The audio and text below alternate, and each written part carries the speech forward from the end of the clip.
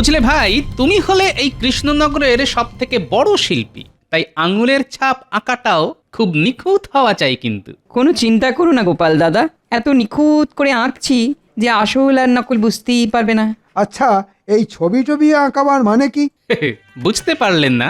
হাওয়া লেগে খানিক বাদেই গ্লাসের ছাপ মিলিয়ে যাবে, কিন্তু কাগজের আঁকা তো আর মিলিয়ে যাবে না। একটা টেকোটা সারা টাক জুড়ে যেন পাকা গোয়েন্দার বুদ্ধি।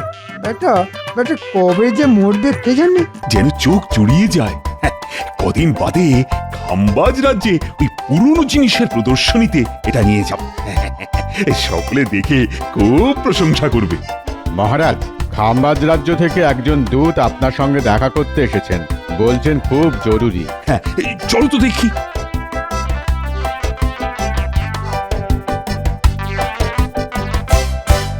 কি বারান্দায় দাঁড়িয়ে কেন? আপনার এই রক্ষী আমাকে অতিথিশালায় নিয়ে যেতে চেয়েছিল, কিন্তু আমার হাতে যে একেবারে সময় নেই মহারাজ, অনেক জায়গায় যেতে হবে তো। ও, তা কি বলতে এসেছো শুনি?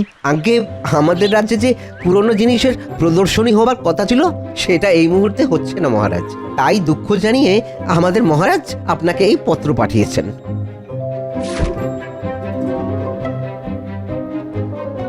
ঠিক আছে, ঠিক আছে, তুমি খাম্বাজ রাজকে গিয়ে বলো প্রদর্শনী হচ্ছে না বলে আমি কিচ্ছু মনে করিনি। আমি বলে দেব মহারাজ।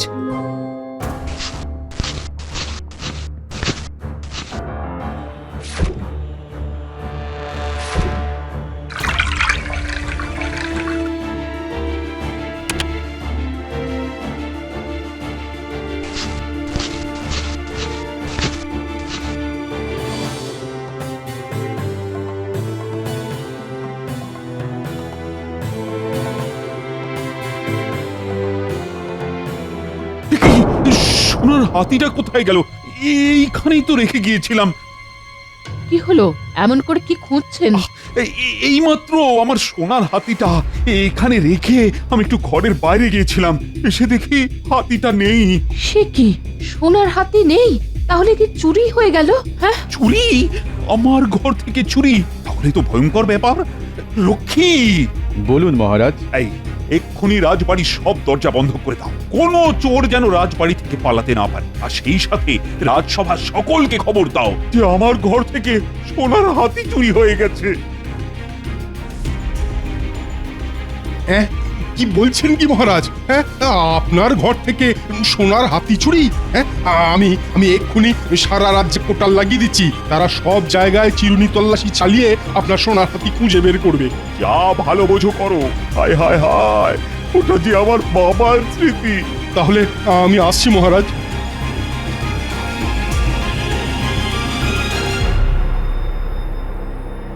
আগে মহারাজ, আমার গণনা বলছে এরপর কৃষ্ণনগর থেকে আরো কিছু মূল্যবান জিনিস চুরি যাবে।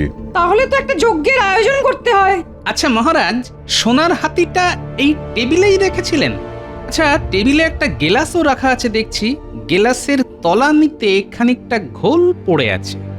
মহারাজ, ঘোলটা কখন খেয়েছিলেন? হ্যাঁ, দাসী ঘোল দিয়ে গিয়েছিল বটে, কিন্তু আমি তো না খেয়ে ঘরের বাইরে চলে গিয়েছিলাম। আপনি খাননি? তাহলে খেলো কে? বিজ্ঞানী, তোমার ঝোলায় কি আতশ কাচ আছে? মনে হয় আছে, দাঁড়াও দেখছি। আছে গোপাল, এই নাও।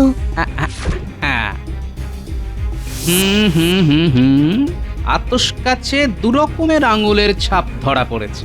মানে গেলাসের গায়ে দুটো মানুষের আঙুলের ছাপ।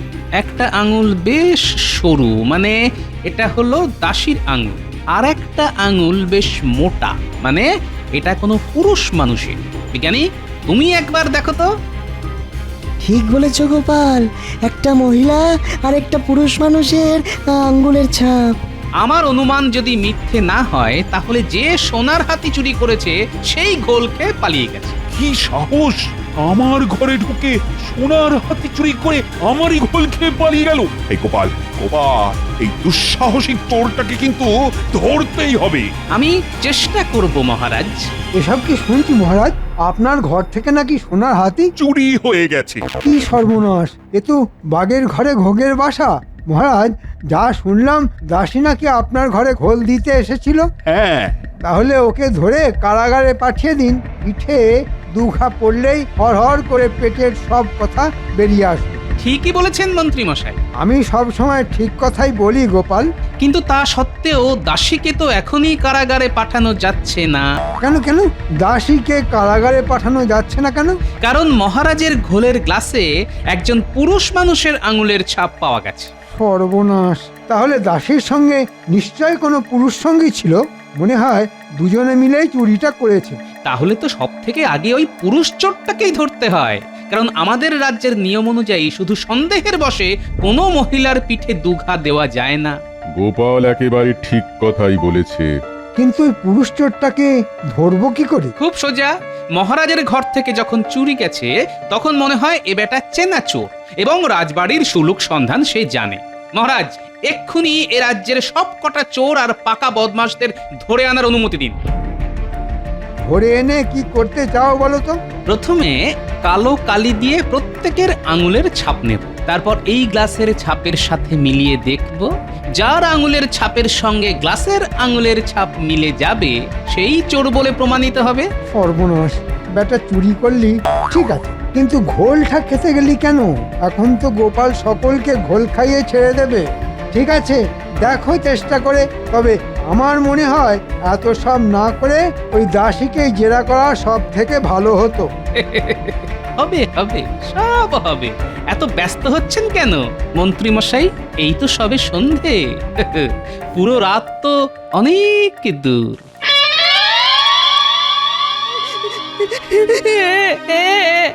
আগে বিশ্বাস করুন নানিমা, এই আপনার পা ছুঁয়ে বলছি, আমি সোনার হাতি চুরি করিনি।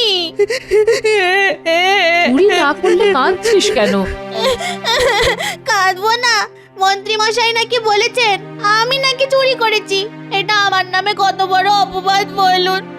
এতদিন আপনাদের বাড়ি কাজ করছি, কেউ বলতে পারবে না একটা খুদ আমি না বলে নিয়েছি। ঠিক আছে ঠিক আছে, কান্না বন্ধ করে চোখ মুচ। গোপাল সব দিক দেখছে, দেখবি আসল চোরকে ও ঠিক খুঁজে বের করবে। ঠিক, এখন যা, নিজের কাজে যা।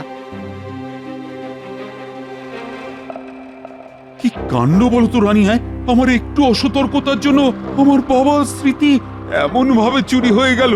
আর আপনি কি করবেন বলুন? তবে চোরের সাহসের কথা ভেবে আমি অবাক হয়ে যাচ্ছি। রাজার ঘরে ঢুকে চুরি করা! ও, এটাই তো আমার কাছে সব থেকে বেশি লজ্জার ব্যাপার। এরপর তো প্রচার বলতে শুরু করবে যে রাজা নিজের জিনিসই নিরাপদে রাখতে পারে না, সে আবার রাজ্যের মানুষের নিরাপত্তা দেবে কি করে? আপনি তো ভাববেন না তো, দেখবেন চোর ঠিক ধরা পড়বে। আচ্ছা রকি দাদা, এ কি ভ্যাসারে ফেললি বলো তো? আমি যে চুরি ছেড়ে দিয়েছি সে তো গোপাল দাদা আর মহারাজ সকলেই জানেন, তবুও আমাকে নিয়ে যাচ্ছ কেন? কেন নিয়ে যাচ্ছি?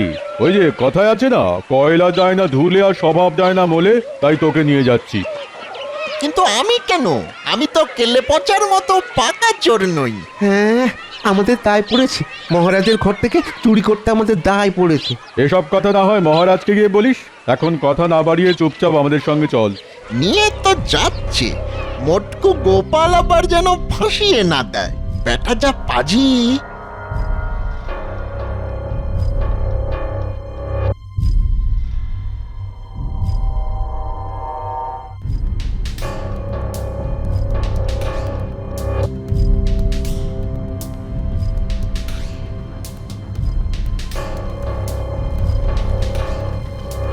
বুঝলে ভাই, তুমি হলে এই কৃষ্ণনগরের সব থেকে বড় শিল্পী, তাই আঙুলের ছাপ আঁকাটাও খুব নিখুঁত হওয়া চাই। কিন্তু কোনো চিন্তা করো না গোপাল দাদা, এত নিখুঁত করে আঁকছি যে আসল আর নকল বুঝতেই পারবে না। আচ্ছা, এই ছবি টবি আঁকাবার মানে কি? বুঝতে পারলেন না? হাওয়া লেগে খানিক বাদেই গ্লাসের ছাপ মিলিয়ে যাবে, কিন্তু কাগজের আঁকা তো আর মিলিয়ে যাবে না। উফ, বেটা টেকোটা সারা টাক জুড়ে যেন পাকা গোয়েন্দার বুদ্ধি। বেটা বেটা কবে যে মরবে কে জানে। আমার কাজ হয়ে গেছে গোপাল দাদা, আমি তাহলে এবার যাই। হ্যাঁ হ্যাঁ, তুমি এখন আসতে পারো। আর চোর ধরা পড়লেই তোমার পারিশ্রমিক তুমি পেয়ে যাবে। ঠিক আছে গোপাল দাদা। একে সোনার হাতি চুরি হয়ে মহারাজের কত বড় ক্ষতি হলো, তারপর শিল্পীকে পারিশ্রমিক দিতে হবে। গোপাল শুধু মুধু ক্ষতির ওপর খরচা বাড়াচ্ছে। এর থেকে অনেক সোজা ছিল দাসীকে ডেকে দুঘা দেওয়া। তাই নাকি? কিন্তু ওই যে তোমার এই এক ব্যারাম, সব সময় ঘুরিয়ে নাক দেখা। ঘুরিয়ে নাক দেখা? এটা একেবারে ঠিক কথা বলেছেন মন্ত্রী মশাই। তবে ঘুরিয়ে নাক দেখলে কি হয় বলুন তো? নাকের আগে হাতের মধ্যে কান চলে আসে, আর কান টানলেই মাথা। তুমি কি বলতে চাইছো বলো তো? হ্যাঁ, আমি সামান্য মানুষ, তাই আমি আর কি বলবো বলুন? তাই সময় আর প্রমাণই শেষ কথা বলবে।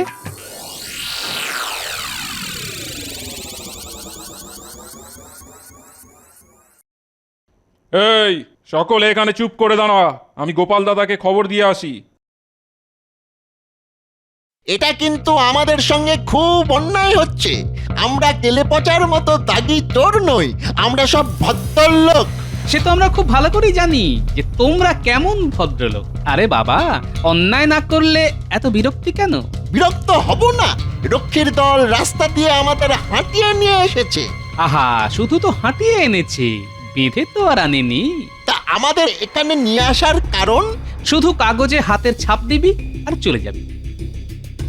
নে, তিনজনে এই কাগজ তিনটায় হাতের ছাপ দে দেখি। এই নে, এই নে কেলো পচা তোর কাগজ, বটা ঘটা তোদের কাগজ। প্রত্যেক কাগজে তোদের নাম লেখা আছে।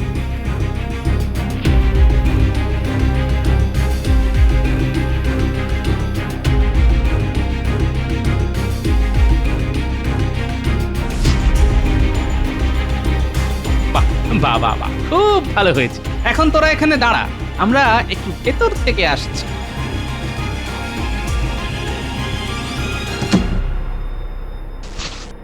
না, এটার সাথে কোনো মিল নেই। এবার পরেরটা দেখো। না, এটাও না। তাহলে শেষেরটা দেখো এবার। কি কি হলো বিজ্ঞানী? এটার সাথে হুবহু মিলে যাচ্ছে। তাহলে তাহলে ওই পাজিটাই চুরি করেছে। হ্যাঁ, আমি আগেই এটা সন্দেহ করেছিলাম। তাহলে আর দেরি করছো কেন? এক্ষুনি রক্ষীদের দিয়ে বদমাসটাকে কারাগারে পুরে দাও। দাঁড়াও দাঁড়াও বিজ্ঞানী, ওটা তো চুনোপুটি।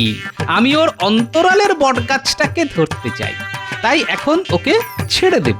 মানে? মানে মানে আছে বই কি বিজ্ঞানী, এই তো খেলা শুরু। চলো এখন বাইরে যাই।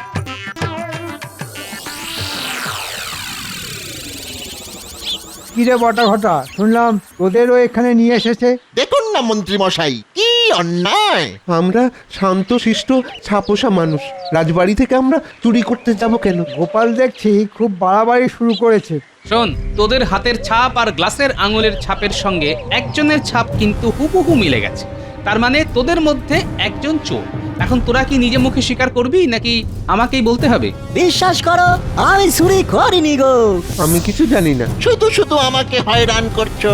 বটে, তা তোরা যখন স্বীকার করলেই না, তখন আমাকেই বলতে হচ্ছে যে তোদের মধ্যে চোর হচ্ছে এই কেলে পচা।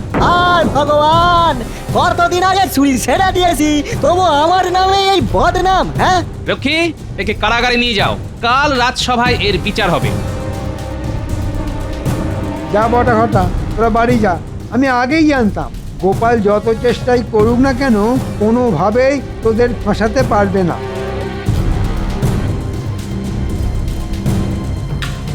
এটা তুমি কি করলে গোপাল? কাগজটায় তো বটার নাম লেখা ছিল, তা সত্ত্বেও তুমি কেলে পচার ঘাড়ে চুরির দায় চাপিয়ে দিলে। বিজ্ঞানী, আমি একটু আগেই বলেছি না, বটা তো চুনোপুটি। আমি ওর অন্তরালের বটগাছটাকে ধরতে চাই, তাই এখন ওকে ছেড়ে দিলাম। তবে চিন্তা করো না, আজ রাতের মধ্যেই বটা আর ওর বটগাছ দুটোকেই ধরে কারাগারে পুরে দেব। কাল হবে ওদের বিচার। শুধু নির্দোষ কেলে পচাকে একদিন কারাগারে কাটাতে হবে। এটাই যা দুঃখের।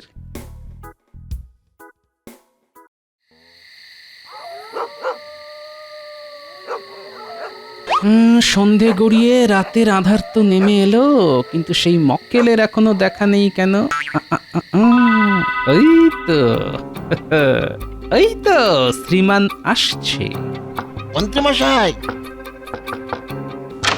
কিরে আজ এলি কেন? আগে ওই সোনার হাতি চুরির পারিশ্রমিকটা ওহ, কাজ হতে না হতেই হাত পাততে চলে এলি, হ্যাঁ? কি করব বলুন, গরিব মানুষ, হাত যে একেবারে ফাঁকা।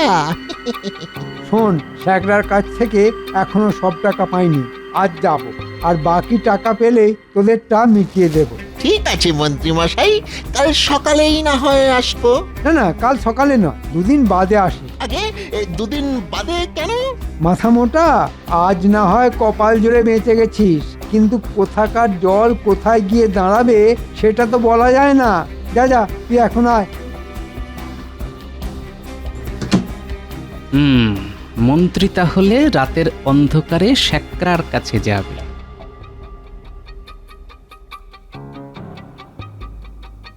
যাই, আমিও মহারাজের কাছে গিয়ে কজন রক্ষী নিয়ে শ্যাকরার দোকানে যাই।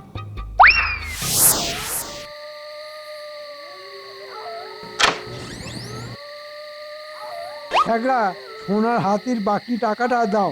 মাফ করবেন মন্ত্রী মশাই, আজ আমি দিতে পারবো না। কেন দিতে পারবে না কেন?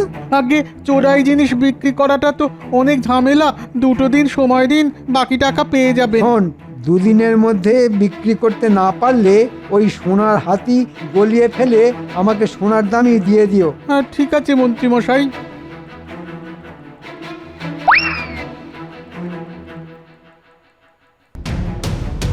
মন্ত্রী মশাই, আপনাকে গ্রেপ্তার করা হলো। কোন অপরাধে? সেটা না হয় কাল রাজসভায় বিচারের সময় জানতে পারবেন। গোপাল, ভুলে যেও না আমি এই রাজ্যের মন্ত্রী। জানি তো আপনি মন্ত্রী, তাই কারাগারে আপনার জন্য একটু বিশেষ ব্যবস্থা আছে। যাও, তোমরা 4 জন মন্ত্রী মশাইকে বেঁধে কারাগারে নিয়ে যাও, আর বেশি চিৎকার চেঁচামেচি করলে মুখটাও বেঁধে দিও। কাজটা কিন্তু ভালো করলে না গোপাল। কাল রাজসভায় মহারাজের সামনেই না হয় আমার বিরুদ্ধে আপনার অভিযোগ জানাবেন। যাও, নিয়ে যাও। তোমরা এবার আমার সঙ্গে চলো।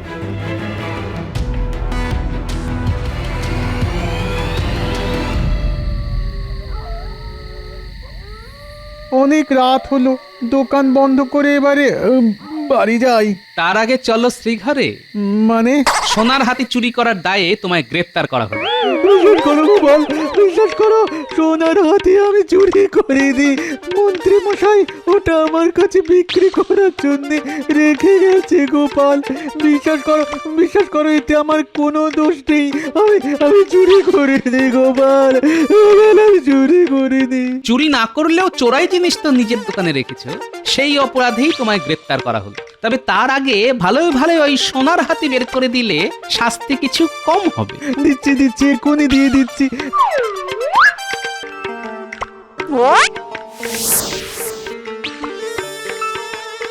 বটা বাড়ি আছিস নাকি?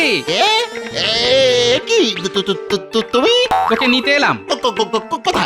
কোথায়? যেখানে তোর গুরু মন্ত্রী মশাই গেছে সেইখানে। মন্ত্রী মশাই কোথায় গেছে? কারাগারে।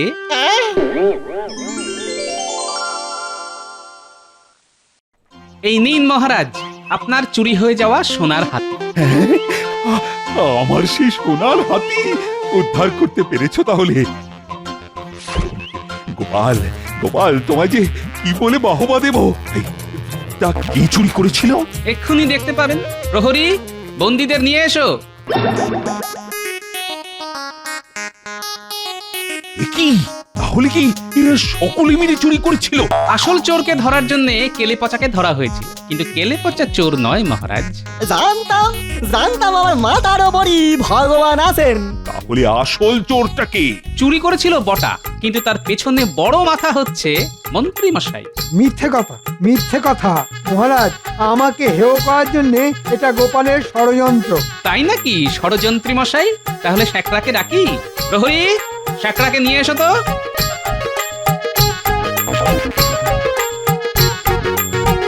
আমার কোনো দোষ নেই মহারাজ, আমার কোনো দোষ নেই। মন্ত্রী মশাই ওই সোনার হাতি আমার কাছে বিক্রি করতে এসেছিলেন, কিন্তু বিক্রি করতে পারিনি বলে ওটা অক্ষত পেলেন, না হলে গলিয়ে সোনা করার আদেশ দিয়েছিলেন মন্ত্রী মশাই। আমার ওর কোনো দোষ নেই মহারাজ। এই মন্ত্রীমশাই কিছু পারিশ্রমিকের লোভ দেখিয়ে আমাকে চুরি করতে বলেছিলেন।